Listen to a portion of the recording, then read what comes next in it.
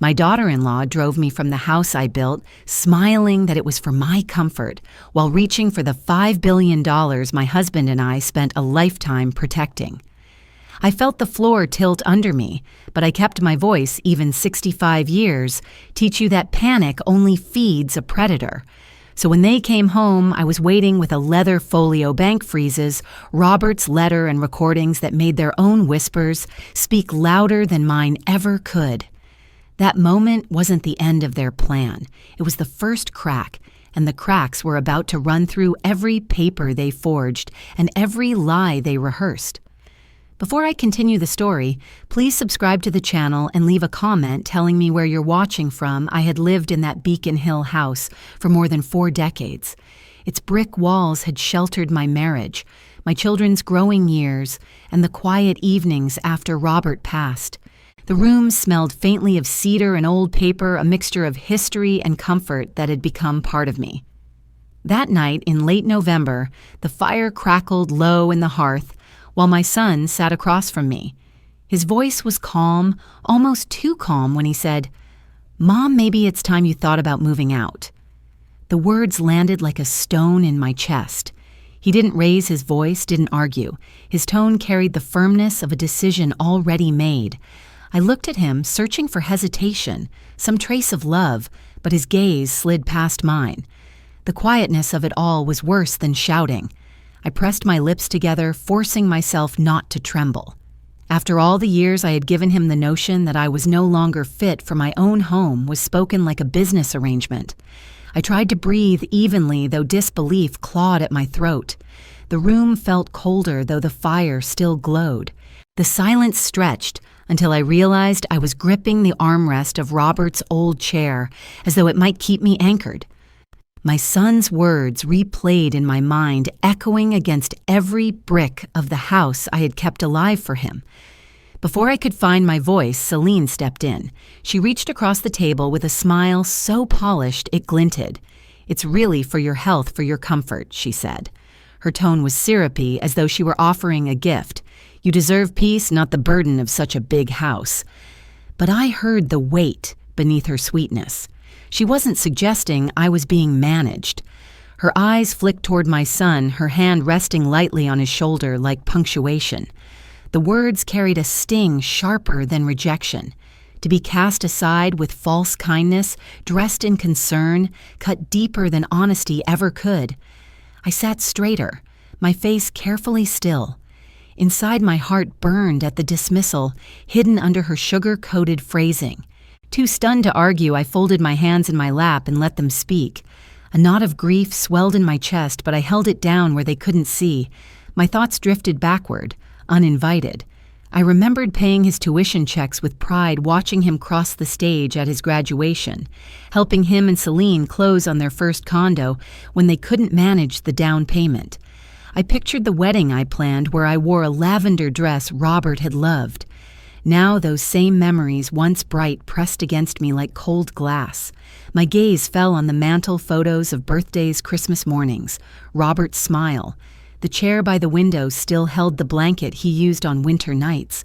Every corner spoke of sacrifices and love poured out for my family. And here I was, listening to my son and his wife politely write me out of my own story. The house was a witness, quiet and steadfast, to both what I had given and what they were taking. I swallowed hard-tasting salt that never reached my eyes. I would not let them see me break. "Mom, it's just temporary," my son murmured, as though gentleness could erase the cruelty. "We'll take care of everything," Celine added. Her smile widened, and for a moment I almost admired how seamless her performance was. I looked at them, my lips pressed tight. No argument escaped me. Silence was all I had left to offer. In that silence, though, my mind recorded every inflection, every lie wrapped in concern. I nodded once slowly to end the conversation before my heart betrayed me. They thought they were soothing me, but all I felt was the sting of betrayal blooming in the quiet. Later that evening, I rolled a small suitcase to the front door.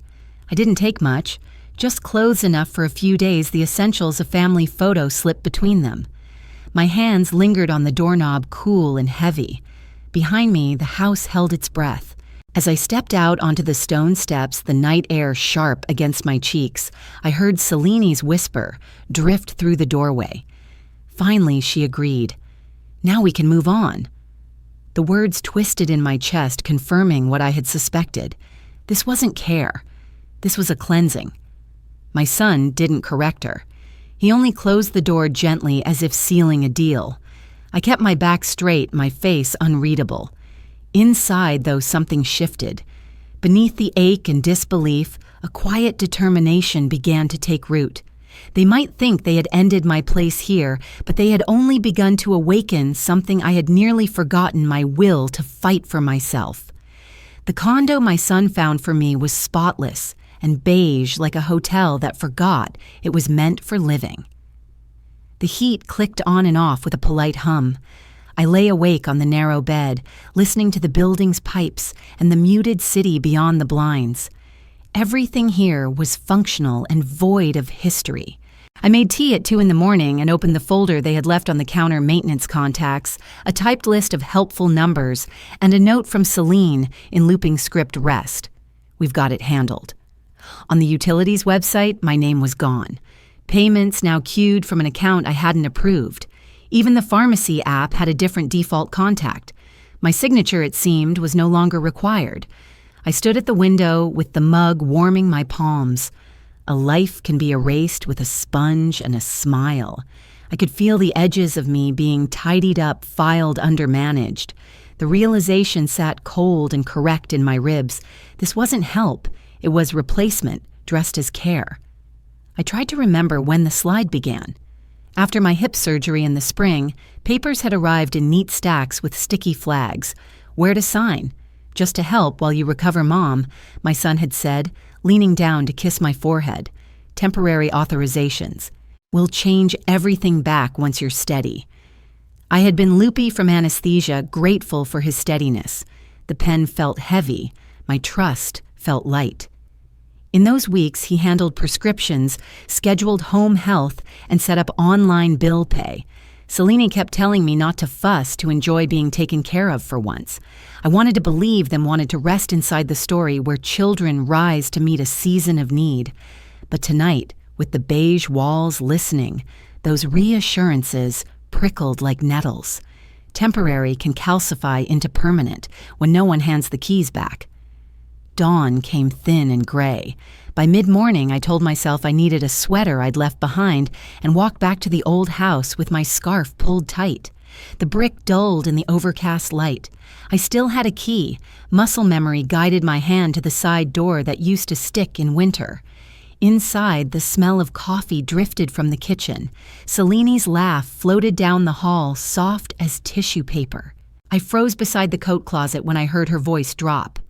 "Yes, he's on board," she whispered. "No, we can't wait for probate. There's too much exposure.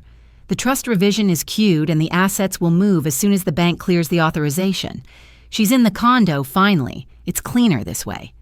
My breath stilled. Paper rustled, a drawer slid. "Listen," she said lower now, "we will present it as long-term planning for her memory issues. It plays better. Of course I have the durable power. She signed after the surgery. I made sure." A pause, then a light laugh. "Yes, $5 billion. Imagine the philanthropy headline when it's consolidated." Something inside me went very still, like a lake under ice. I eased backward until the hall hid me the old floorboard by the study, thankfully silent under my heel. It was one thing to suspect. It was another to hear my erasure spoken like weather probate revision consolidation headline. Not grief, not care, strategy. I waited until the kitchen faucet roared and a cupboard thumped, then slipped into the study. Robert's leather chair faced the window. The blanket still folded over its arm, a small mercy, a steadying sight. I took the framed photo of my son at 8 from the shelf and held it against my coat, the glass cool through the wool. I didn't cry. I listened, counting breaths until the house noises shifted upstairs. Leaving as quietly as I had come, I closed the side door with slow care. The Navajo air met me bright and thin. I walked 2 blocks before my legs remembered how to move without shaking. People passed. I tucked the photo deeper in my bag and let the weight of what I'd heard settle. They were not moving me out. They were moving me off the ledger. Back at the condo, I placed the photo on the narrow dresser. My reflection in the window was steady, older, and unerased. I sat at the small kitchen table and let silence rebuild the walls their words had tried to dissolve. I would not show panic. Panic is useful to people who profit from it.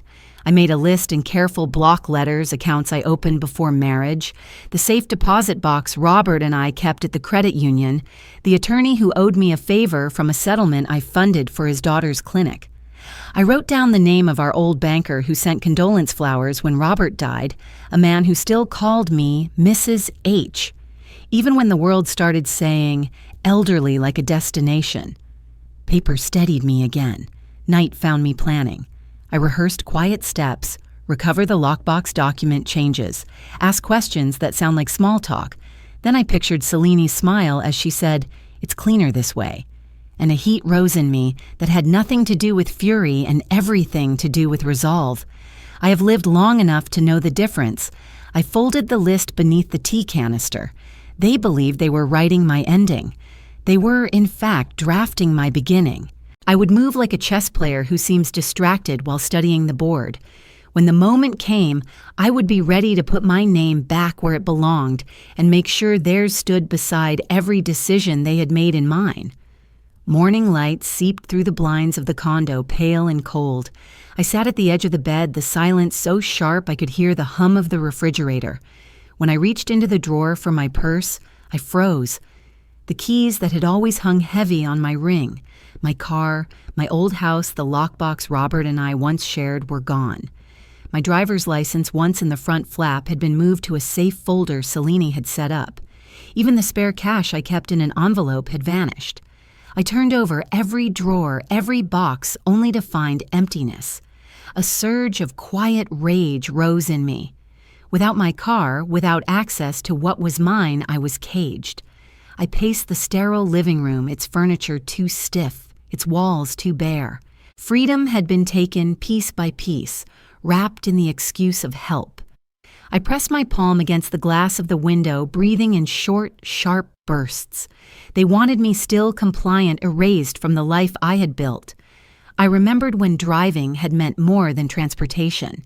My Buick had taken me to Sunday services, to the grocery store, where clerks knew my name, to the library, where Robert and I had spent hours together in younger days. I thought of how I used to drive to see friends in Cambridge, or to sit by the harbor with a coffee in hand. Those trips had been mine, carved into my independence. Now, stripped of my keys, I felt my life narrowing into corridors chosen for me. The busyness of Boston moved outside, but I was trapped in this impersonal box. Loneliness pressed heavier than the November sky. I stood in the kitchen staring at the mug in my hand, thinking how freedom can be stolen without a single shout, just a quiet rearrangement of names on accounts and a missing set of keys. By afternoon, determination pushed through my despair. I wrapped a scarf around my neck, left the condo, and took a cab toward my old neighborhood. My fingers tightened around the purse strap as we turned onto the familiar street. The house loomed like a shadow of itself, quiet and still. I waited until I was sure no one was home before slipping the old spare key from my pocket. Somehow, that one they hadn't found. The air inside carried the weight of absence. Pictures still lined the hall, but the laughter they once held felt like ghosts. I moved straight to the study, to the hidden compartment beneath the floorboard Robert had shown me years ago. Kneeling, I pried it open with trembling hands. The lockbox lay waiting, its metal cool, its code etched into my memory, as if Robert himself had whispered it to me again. My fingers hesitated, then turned the dial. With a soft click, it opened. Inside lay papers, a few photographs, and an envelope sealed in Robert's familiar hand. My breath caught as I lifted it out. His name written on the front made my vision blur. I pressed it to my chest, holding the weight of him, the proof that not everything they wanted to strip away was gone. In that moment, hope flickered a fragile flame, but one that warmed me more than the sterile heat of the condo ever had. I sat in Robert's old leather chair, the one still smelling faintly of him, and slid a finger beneath the seal. The paper rustled, intimate and final. His words spilled onto the page, steady and deliberate. My dearest, if you are reading this, it means life has tested you again. Remember, what we built together was not meant to be erased. Protect yourself. Protect our name. The accounts, the bonds, they exist beyond signatures. Do not let fear silence you. Our legacy is yours to guard. Tears slipped silently as I read, but they were not tears of despair. They were recognition, the reminder that I was not entirely alone. Robert's presence lingered in those lines, his foresight like a hand reaching across time. He had known the fragility of trust, and he had left me this lifeline. Clutching the letter, I whispered to the empty room, "If they want to erase me, they'll have to erase him too." The words steadied me like armor sliding into place. I tucked the envelope safely inside my coat and rose from the chair. For the first time since being forced out, I felt strength stir beneath my grief. This letter was more than paper. It was my weapon, my shield, my reminder that I still had a voice. The condo's landline startled me with its shrill ring. Calls at 9 a.m. rarely brought good news. I lifted the receiver, forcing calm into my tone. "Mrs. Hargrove," a male voice asked, professional brisk. "This is compliance with Atlantic Trust Bank. We're calling to verify recent beneficiary updates and a power of attorney authorization filed on your behalf." My grip tightened. "On my behalf, yes, ma'am. Submitted last week, accompanied by a letter attesting to diminished capacity. Could we confirm your consent?" The word struck like a blade slipped between my ribs. Diminished capacity. I steadied my breathing, reached for a pen. "Can you provide the date of receipt, the employee ID on file, and the name attached to the submission papers?" Shuffled. Received November 6th, clerk ID 4873. Submitted by your son and his wife, Celine.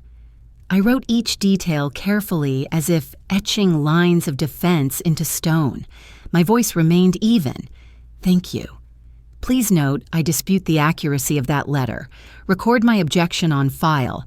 I will follow with further instruction." I hung up the dial tone, buzzing like a reminder. Silence is complicity. Not today. Robert's words from the letter still lingered in my mind. Protect yourself. Protect our name. I dialed back, requested the compliance officer directly. "This is Mrs. Hargrove. Effective immediately, I revoke all recent power of attorney submissions. I request a temporary freeze on accounts ending in 0297 and 4451. Those are to remain locked, pending a personal review. Ma'am, that will require a written acknowledgement and a meeting. Private room, recorded protocol. I expect it before week's end." There was a pause, then a quiet shift in his tone. "Understood. Consider it logged." I thanked him politely, each word laced with steel. Age, I'd learned, can be used as armor, civility as a sharper weapon than outrage. Precision over panic. That was Robert's way, and it was mine now. When I set down the receiver, I felt the first thread of control return, thin but strong enough to hold. By afternoon, I was downtown at the Granite Front branch of Atlantic Trust. The manager led me into a paneled office, the kind built to project seriousness. "Authentication, please." I answered with legacy passphrases. Robert and I had created the date of our wedding anniversary, the town where we met. The manager nodded. He slid a folder across the desk. There were attempts to replace you as primary beneficiary. An emergency executor was also listed, Celine Hargrove. I inhaled slowly, then signed a sworn statement disputing every submission. Audit all safe deposit and wire transfers in the last 6 months, I instructed. And note clearly no capacity concerns exist. This is my directive. The printer clattered. Pages emerged, stamped and initialed. He slid them into a folder. I slipped it into my bag, weighty proof that I was not yet erased. By mid-afternoon, my feet carried me back to Beacon Hill. The old house sat in quiet dignity. Shutters closed, drive empty. Inside, the air smelled faintly of polish and Cellini's perfume. I moved quickly to Robert's study. On his desk lay a binder clipped neatly, the title typed with clinical calm, Care Plan Phase 3. Tabs jutted from the side, timeline capacity, probate asset flow. My stomach nodded. I opened it. The pages broke me into categories my transition mapped, complete with bullet points and suggested family talking points. Frame as wellness. Emphasize memory lapses. Public angle protecting her dignity. Shock wanted to rise, but I pressed it down. Strategy over fear. I photographed every page with my phone, careful to capture initials, file stamps, the architecture of their scheme. The final section was the cruelest. Household conversions. Each item from my life rendered into a line. Robert's chair donation. Wedding china estate staging. My portraits remove. I swallowed hard. From my coat, I drew Robert's letter, laying it beside the checkboxes, and photographed them together, their erasure and his insistence that I endure, caught in the same frame. Gently, I returned everything to its place. Evidence secured. My pulse no longer raced, it steadied. The study around me, once their stage for plotting, had become mine. I looked at Robert's chair one last time. Not without my say, I whispered. Then I slipped out, closing the door with deliberate care. With the bank on hold and their Phase 3 binder in my pocket, I carried not just anger, but a sharpened resolve. The battle wasn't only about money, it was about memory, about whether I would be written out of my own life. My phone chimed at 9:42. A calendar alert blinked, notary, 11:30 a.m. Boylston Street. No one had asked me. Someone had placed it there to steer me. I watched a pewter Boston sky, then slipped Robert's letter into my handbag and buttoned my coat. If this was a snare, I would step into it with my eyes open. The lobby smelled of toner and coats. Frosted glass panels carried the firm's name in tidy serif letters. A receptionist looked up and smiled at my name. Mrs. Hargrove. Right this way. My pulse kept its own metronome, slow, steady. I followed down a short hall to a conference room with a laminate table and a humming light. They were already seated. My son stood halfway, offering a formal hug. Celine remained in her chair coat, draped a paper stack aligned. Routine update, my son said. Everything's simplified, Mom. I sat near the door and set my bag at my feet. Simplified for whom, I asked, voice neutral. The notary, a young woman, tapped a seal and flipped the top page. We have revised instruments, she said. Initial here, here, and here. Then signature on page 4. I didn't touch the pen. Who scheduled this? Lucas did, Celine answered smoothly, using my son's full name as if rolling out legal carpet. You've been asking us to help. We're helping. This keeps things clean and safe for you. I looked down. Reading without moving the paper, successor trustee changes, emergency executor language, beneficiary order, rewritten with a neat, merciless hand. I felt the slow cooling that comes before water turns to ice. I review everything I sign, I said, aloud. Selena's smile grew a cushion of sweetness. Of course. We're here as support. Support felt like a hand on the back of my head pushing. I began to read the titles, the file numbers, the dates. The notary slid a pen toward me. Your son is helping, she said. Please initial here. She forgets easily these days. Celine added almost kindly. We want to finish before it becomes too much. Heat rose, then cooled. The room rearranged itself. The humming light, the twitching second hand, the pen waiting. I steadied my breath and let the humiliation pass through. I pushed the papers back an inch. I'll need certified copies of each document to review at home, I said. Please stamp them, note today's date, and include your clerk ID. The notary glanced at Celine, then at me. That will slow processing. Good, I said. We are not rushing. My son cleared his throat. Mom, this is just a formality. So are handcuffs. I answered gently enough that it landed like an observation. Celine's lashes dipped. Mrs. Hargrove, she said sweetly, You signed similar paperwork after your surgery. I signed temporary authorizations while under medication, I replied, and I withdrew them. The bank recorded my objection this week. A small wince flickered across her careful face. The notary shifted, stacking the papers into tidy piles as if order itself could compel consent. We can provide copies, she said. Unusual but permissible. Thank you. I watched her stamp initial and slide the set into a manila envelope. I did not reach for it yet. I memorized the seal's number. The notary logged the time on the wall clock. Silence thickened the room until the AC kicked on. My son tried again. It would mean a lot if you trusted us. I said. I'm trusting you to show me exactly who you are. He dropped his gaze. The notary passed the envelope. I stood, smoothing my coat sleeve. If additional documents appear on my calendar, I said to no one, and everyone assume I will appear with questions. We stepped into the hall. As I approached the elevators, I heard Celine's voice low, and even more for the air than for me. The court will see soon enough she's not fit. I did not turn. My jaw closed a quiet hinge. The elevator doors parted, and I entered the mirrored box. My face looked back older, yes, shaken, no. In the faintest reflection of the seal on the envelope, I saw Robert's name, or perhaps I only wanted to. Either way, an ember caught. They had mistaken patience for weakness. The doors slid shut, sealing their words on the other side. As the car descended, I counted my breath and planned. First, transcribe the seal in log numbers. Second, scan every page and store 3 copies on a drive in the cloud with a friend. Third, record what was said today while it is still warm in memory. On the sidewalk, Boylston's wind met me like a challenge. I buttoned higher and walked passing the florist where I used to buy lilies for our anniversary. Grief tried to rise. I told it later. Today belonged to discipline. At the corner, I paused, pulled out a small notebook, and wrote the line that would anchor me. If they want to paint me as weak, I will show them strength they've never imagined. Back at the condo, I set the envelope on the table like evidence brewed tea and opened a fresh file on my laptop. I named it Today.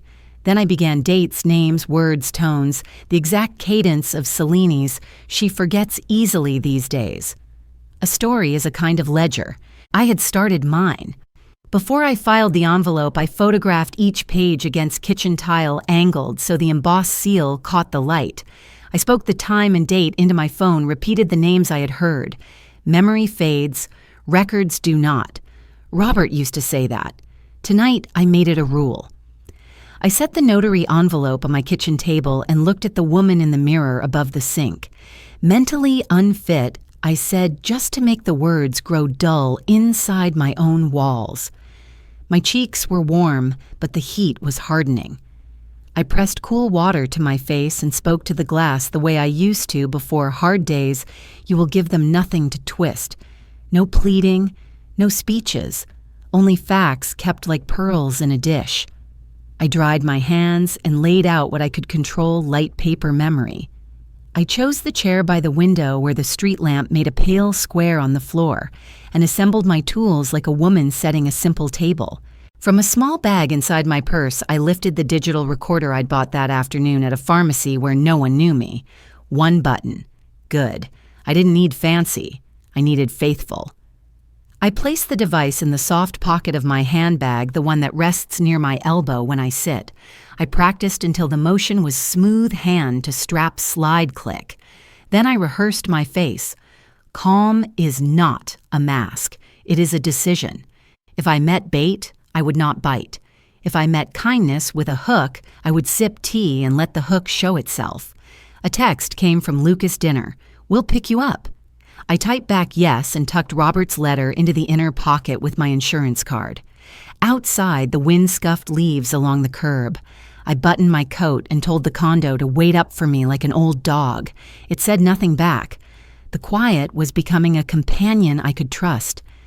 They chose a neighborhood place we used to love. Dim bulbs in glass jars, the soft clink of plates. We sat in a booth.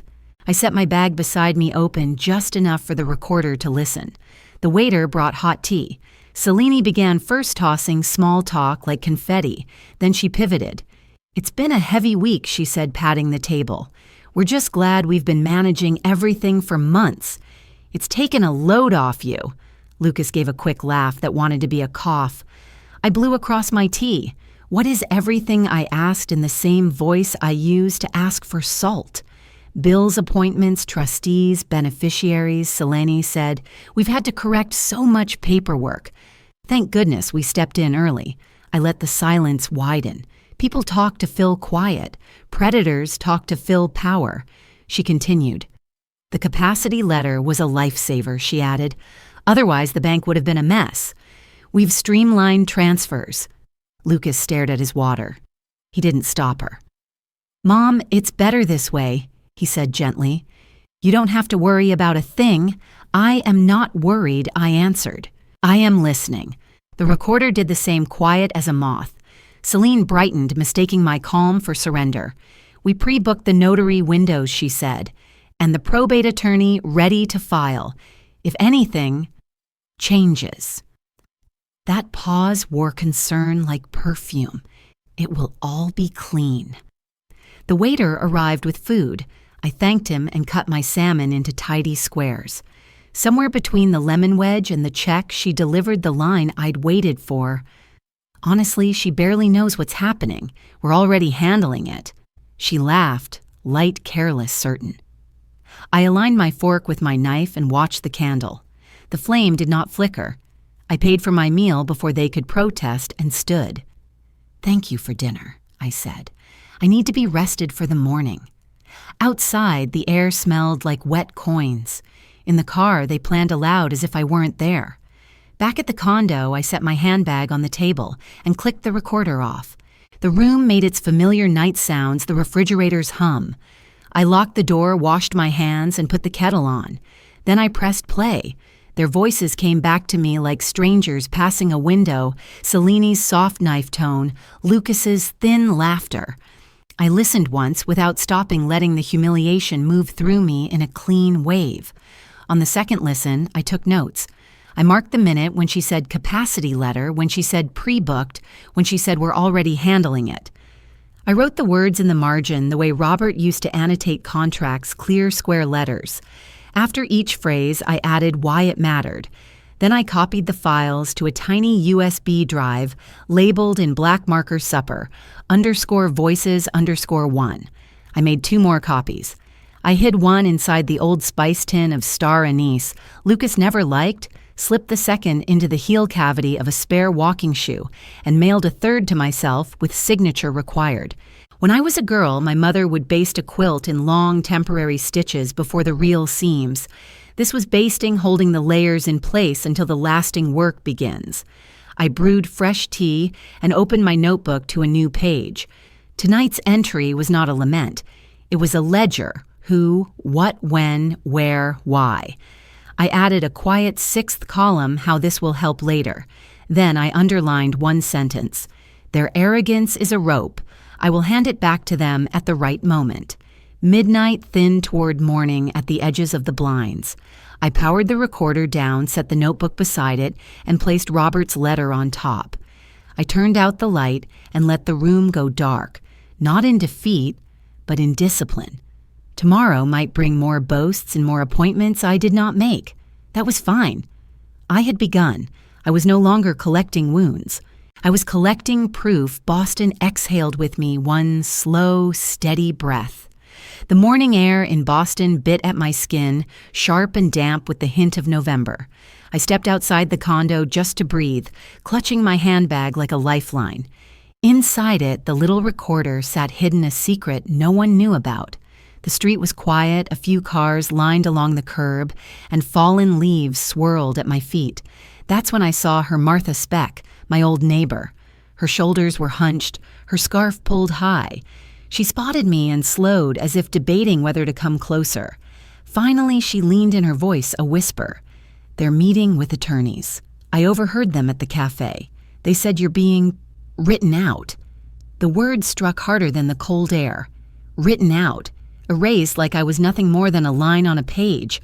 I nodded, keeping my face calm, though my stomach twisted. Martha looked over her shoulder, then added quickly, "Be careful what you sign. They've planned this." And before I could ask more, she scurried away, her figure vanishing down the block. I stood there, a moment frozen. Her words echoed louder than any argument confirming what I already feared. This wasn't just family conflict, it was a plan. Back inside, I sat by the window trying to steady my hands with a cup of tea. The steam curled upward, but I barely tasted it. Martha's warning felt heavier with every sip. My mind reeled back to Celine's smug tone at the notary, the way she called me unfit.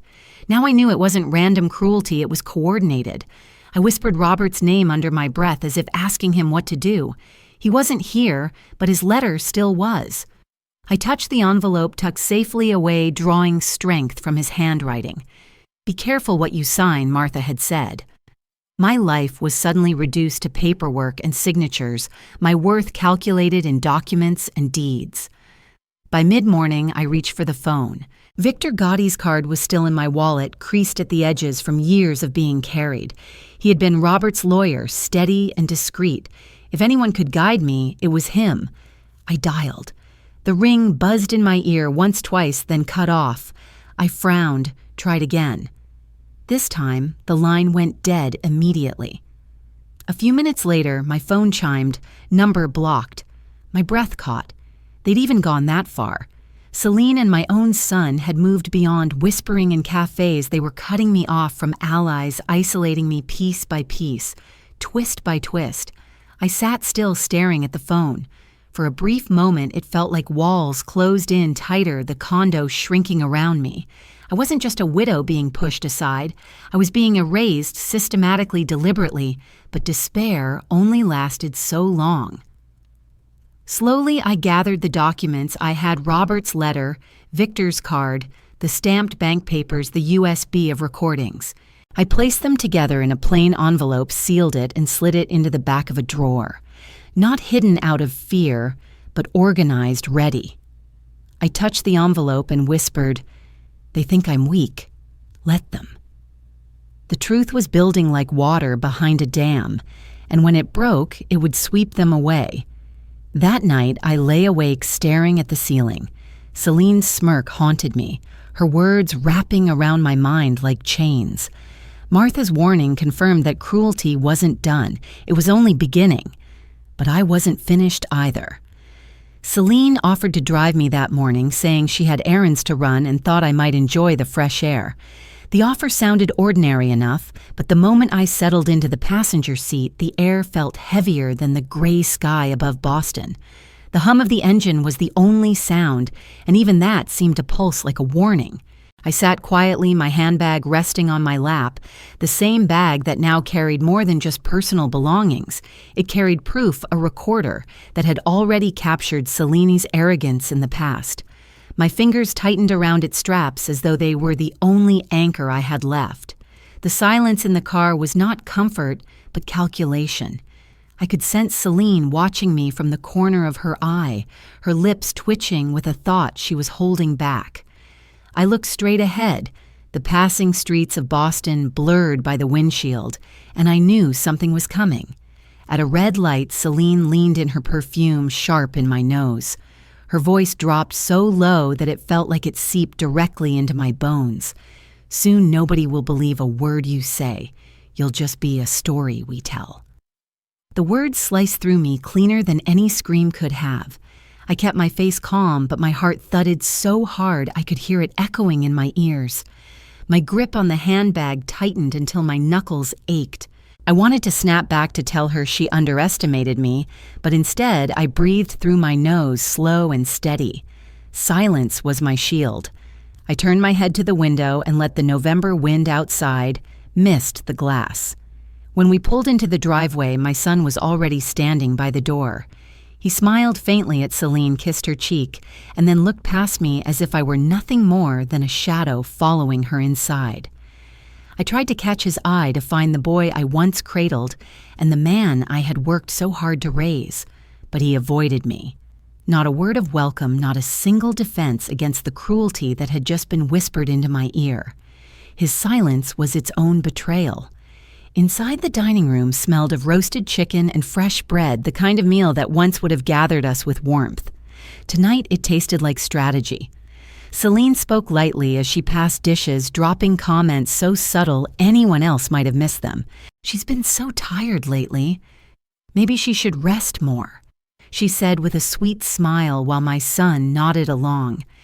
Each remark chipped away at my place at the table, painting me smaller and weaker in front of relatives who said nothing. I chewed, slowly swallowed the bitterness, and said nothing in return. Every fork against a plate echoed like a verdict. Every silence from my son confirmed where his loyalty lay. It was not with me, it was with her. And though the pain ran sharp, cutting into years of memory, I sat still, letting my silence stretch until the room felt colder than the November wind outside. After dinner, I excused myself early, pressing a hand to my temple as though I were weary. Upstairs in the guest room, I closed the door gently, set my handbag on the chair, and whispered into the dim light. Silence is no longer just protection, it's preparation. Celine's whisper in the car, my son's silence at the table. They were not defeats, they were confessions. Proof of betrayal I no longer needed to imagine, only to record, store, and one day reveal. My pain no longer paralyzed me, it sharpened me. That night I replayed her whisper in my head and realized it was time to turn their words into weapons. The next morning I walked into a law office downtown without an appointment. The building smelled of polish and paper, the kind of place where words could turn into weapons. I carried Robert's letter, the audio files, and the photographs I had begun to collect. A receptionist raised an eyebrow when I gave my name, but within minutes I was ushered into a conference room. An attorney, silver-haired and calm, shook my hand and asked why I had come. I told her everything quietly, steadily. The bank calls, the notary trap, Celine's whispers, and my own son's silence. She listened without interruption, then opened her laptop and began typing. "First things first," she said. "You are of sound mind. We'll record that now." She pressed a button and a red light blinked as she had me state my name, the date, the time, and a declaration that I understood exactly why I was there. Fear gave way to focus. I wasn't crazy, and now it was documented. For the next hour, we drafted letters. She called them preservation notices, formal warnings that no documents, no emails, no records related to my accounts or my estate were to be altered or destroyed. Copies would be sent to my son's counsel, the notary's office, and the banks. I signed my sworn statement, the pen steady in my hand, noting the time and date. She spoke in checklists, copy drives, photograph assets, secure originals, verify, chain of custody. Each line steadied me. Each task was a step out of the fog. By the time I left her office, I wasn't just a mother under attack. I was a client with counsel, and that meant I had armor. That afternoon, I went back to the Beacon Hill house while it was empty. The key still fit the lock, though I doubted it would for long. Inside the living room felt like a stranger's gallery. Where my portraits had once hung me at my wedding, me holding my son as a baby, there were empty hooks and new frames filled with other images. Landscapes, abstract art, anything but me. My life had been pulled off the walls as though I had never existed. I walked slowly, taking photographs of every blank spot, every fresh nail, every staging tag taped to the frames. Proof, not grief, but inside the grief twisted tight. To be erased from your own home is a wound sharper than any insult. Still, I clicked each photo and whispered, "This, too, will testify." Upstairs, I entered Robert's study. The smell of old leather and dust lingered. I opened a lower drawer of his desk and found what I had feared, folders marked, "Updated Will Power of Attorney Capacity Memo." Inside were signatures that looked like mine, but weren't. Notary seals stamped the margins, initials, and corners I never wrote. They had begun replacing me on paper, one forged page at a time. I photographed every sheet, every header and seal, careful to return them precisely as I found them. The conspiracy lived in these pages, but now it also lived in my files. By evening, I was back in the condo, phone pressed to my ear. The attorney's voice was steady. "We've assembled a timeline, your bank interventions, the notary pressure, the photographs of erased portraits, the forgeries from the study. This is enough to file an emergency motion. I'll schedule a date." She paused, then added, "They've invited you to a family care meeting. I suggest you attend. We'll wire you discreetly. Let them talk." I looked at Robert's letter, the USB, and the envelope of evidence on the table. I no longer felt erased. I felt armed. With their forged papers in my folder and my face erased from my own walls, I knew exactly where to stand when they tried to care for me in public. I arrived early the way Robert used to insist we do for anything important. The community health center's conference room smelled faintly of burnt coffee and copier ink, a sterile mix that carried no warmth. The table gleamed under fluorescent lights. I placed my leather folio neatly in front of me, sliding the small recorder inside. My phone screen dark sat to my right, voice memo quietly humming in the background. If today was going to be a performance, then I would make sure every line of their script was captured. A knock at the door broke the silence. A woman in a gray blazer entered, introducing herself as Miss Dalton, a geriatric care manager. She spoke with professional calm, outlining the meeting's purpose to discuss supports for your well-being. Her tone was neutral, but I could hear the practiced cadence of someone who had sat through many such sessions. I nodded politely, folding my hands on the table. My heart thudded not from fear, but from vigilance. When Selene walked in, she wore a face of perfect concern. My son trailed behind her. His shoulders squared his eyes, avoiding mine. Selene began immediately, her voice soft yet sharp. "She's forgetting medications," she said. "She leaves the stove on. It's becoming unsafe." My son nodded along like a metronome, keeping time to her accusations. Miss Dalton asked for specific dates, times, reports. Selene hesitated her answers. Vague. "Oh, last month. I think it was a Tuesday." "No, maybe Wednesday." I wrote each phrase into my notebook, careful letters forming proof of her uncertainty. "Could I have copies of these incident reports for my file?" I asked, steady. Celine's lips twitched before she murmured, "Of course." Their performance was being recorded twice over. Their words meant to diminish me would live in ink and audio. The sting was real, but I kept my posture tall. When Miss Dalton asked whether I had concerns, I raised my chin. Yes, I would like to review the capacity letter they claim exists, and the authorizations for changes to my accounts. The air stiffened. Selene leaned back, but I continued. Calmly, I explained. The bank has already placed a freeze pending my in-person verification. Preservation notices have been served. Miss Dalton blinked, pen halting midair. She turned to my son and asked, "Did you notify your mother before changing beneficiary designations?" His eyes flickered, the practiced mask slipping. The silence that followed said more than any argument could. I opened Robert's letter and read a few lines, confirming legacy passphrases, the ones only he and I knew. My voice did not waver. I then recited the date and time of the notary visit, the names of clerks who pressured me to sign, and the audio index of Celine's boasts at the dinner table. Miss Dalton's questions sharpened. Who scheduled the notary? Why was it urgent? My son cleared his throat, muttering, "It was just for efficiency." The words careless and soft landed like stones. On tape, they would be louder than any scream. Celine's fingers tapped the table, betraying her nerves. For the first time in weeks, I felt the ground shift under their feet, not mine. When the session drew to a close, I leaned forward. I request a written summary of today's meeting, including all statements made. Miss Dalton agreed without hesitation, jotting a note. I added, any future concerns about my capacity should be routed through my attorney and physician. I volunteer for an independent evaluation. Celine's smile tightened, brittle as glass. My son stared at his lap, avoiding my gaze. I slid the folio, closed the recorder, still humming, my heartbeat steady at last. They had tried to paint me as weak. Instead, they put their manipulation on the record. When the meeting ended, I walked out with a promise in writing and a plan to make the house itself tell the truth. I did not walk back into the Beacon Hill house alone this time. At my side were two neutral witnesses, Martha the neighbor, who had warned me in whispers, and Mr. Keating, a retired notary with a steady hand and sharper memory than most men half his age. I wanted no one to say later that I invented stories or planted evidence.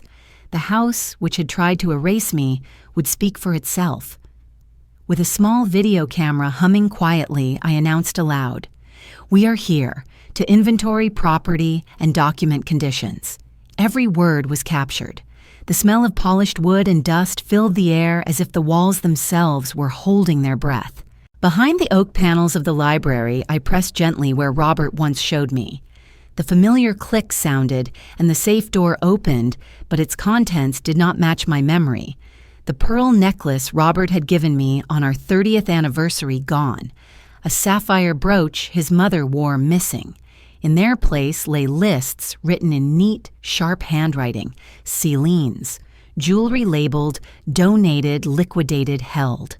My hands trembled, but not from surprise. I had expected theft, but seeing her script in the shadows of the safe made my stomach turn.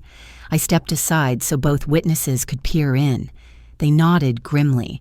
The camera captured every entry, every absence. Proof of erasure lay not in words, but in empty velvet boxes. In Robert's study, I pulled open the lower desk drawer. Tucked beneath receipts for office supplies was a USB drive in a labeled envelope along with printed bank slips. At first glance, they looked ordinary, but the names on the accounts told another story. Transfers in increments cleverly broken into smaller sums. Each moved into shell LLCs that traced back not to my son, but to Celine's maiden name.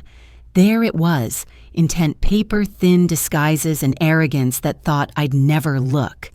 I slid the evidence into protective sleeves, my witnesses initialing each page and time-stamping the footage. It was not paranoia now, it was a ledger of betrayal. Then I saw my son's handwriting. On the desk blotter, faint impressions revealed words he had sketched in pencil. Mom's name off by Q3 and Victor neutralized. My throat tightened not from shock but from recognition. It was his hand, the same hand I had guided when he first learned to write his name at the kitchen table. Now those letters spelled complicity. Martha placed her palm gently on my shoulder. I said nothing, only allowed the camera to record the page. Betrayal written in graphite was still betrayal. When we finished, I sealed the photograph's receipts and notes in dated envelopes. Mr. Keating signed across each flap. Martha initialed beside him. I added my own signature, my pen steady. The chain of custody was complete. As we stepped out into the crisp night air, I looked back at the house that had tried to silence me. This place once worked to erase me, I whispered, but tonight it gave me back my voice. The doors closed behind me, but the evidence came with me. With every receipt and note sealed, I was no longer just a mother betrayed, I was a plaintiff, armed for war.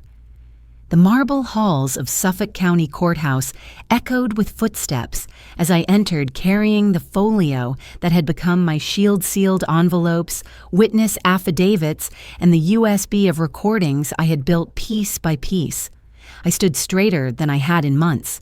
The gallery was full a mixture of strangers, reporters, and neighbors who had heard the whispers but never known the full story.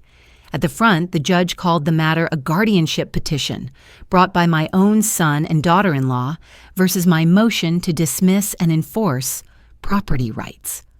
My attorney rose his voice firm but calm. Your Honor, my client is not incompetent. She is the victim of calculated exploitation. For the first time, their schemes were being named in a public forum. Celine took the stand with her polished smile, rehearsed words about my supposed decline dripping like honey. But under cross-examination, her poise began to crack. Dates did not align. The documents she waved could not explain the timestamps of my recordings. When confronted with her own voice boasting at dinner, she stuttered. Then came my son.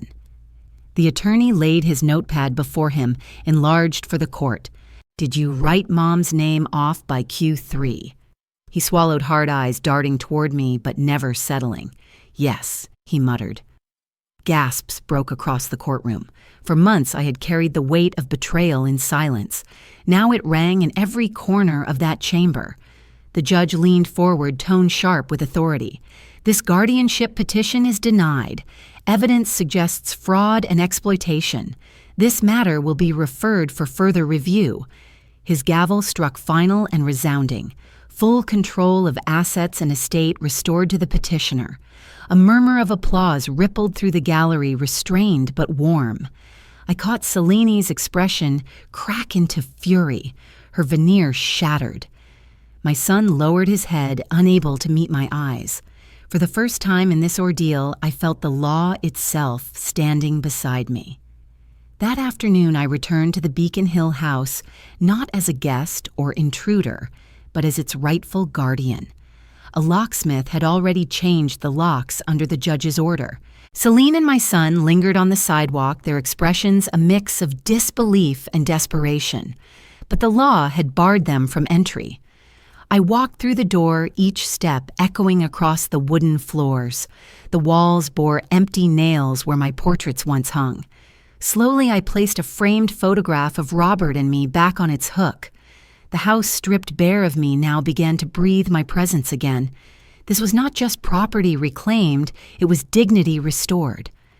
I ended the day in the garden sitting on the stone bench beneath the maple tree Robert once tended. The leaves rustled in the cool autumn air, carrying with them the ache of all I had lost and the quiet relief of what I had regained. My family had tried to erase me. They had schemed, lied, and humiliated me. Yet here I sat, my name intact, my story my own. I whispered into the twilight. They tried to erase me, but the truth outlived their lies. And as the sun set over Boston, painting the sky with amber and violet, I knew my story was no longer one of loss. It was one of survival justice and the quiet power of a mother who refused to disappear. Looking back on everything I endured, I've learned one truth I want to leave with you. No one has the right to erase your voice, your history, or your worth. Betrayal hurts, especially when it comes from your own family, but silence and patience can become the strongest tools when used with wisdom. I hope my story reminds you that resilience is not just surviving, it's choosing to stand tall when others want you small. Now, I'd love to hear from you. What lesson did you take from this story? If it touched your heart, drop a 1 in the comments or share where you're watching from. And if you didn't like it, tell me why. I value every voice here. Don't forget to subscribe so you won't miss the next story we share together.